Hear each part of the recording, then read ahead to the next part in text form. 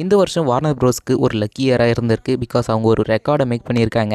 அது என்னன்னா ரீசெண்டாக அவங்களுக்கு இந்த இயர் ஒரு 6 மூவிஸ் ரிலீஸ் ஆச்சு. என்னென்னு பார்த்தோம்னா sinners, Minecraft, final destination and F1, ரீசெண்டாக சூப்பர்மேன் அண்ட் வெப்பன்ஸ். ஸோ இந்த 6 மூவியுமே இவங்களுக்கு ஒரு ரெக்கார்ட் மேக் பண்ணி கொடுத்துருக்கு.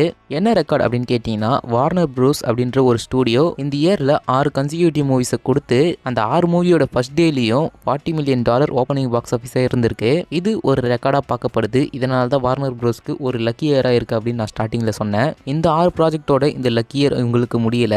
இன்னும் 2 ப்ராஜெக்ட் அவங்களுக்கு இந்த இயரில் ரிலீஸ் ஆக போகுது. அதுவுமே ஒரு பெரிய ப்ராஜெக்ட் தான். ஒன்று காஞ்சரிங் லாஸ்ட் ரைட்ஸ் அண்ட் அதுக்கப்புறமா மார்டல் காம்பேட் 2. இந்த காஞ்சரிங் லாஸ்ட் ரைட்ஸ் அடுத்த மாதம் செப்டம்பர் 5 ரிலீஸ் ஆக போகுது. அதே போல் இந்த மார்டல் காம்பேட் அக்டோபர் 24 ரிலீஸ் ஆக போகுது. ஸோ இந்த 2 மூவிக்குமே கொஞ்சம் ஹைப் அதிகமாக தான் இருக்குது. அதனால அந்த மூவிஸுமே ஓப்பனிங் டேல $40 மில்லியன் ஏர்ன் பண்ணிட்டோம் அப்படின்னு எதிர்பார்க்கப்படுது. இதை பற்றின உங்களோட தாட்டை மறக்காம கமெண்ட் பண்ணுங்க. மறக்காம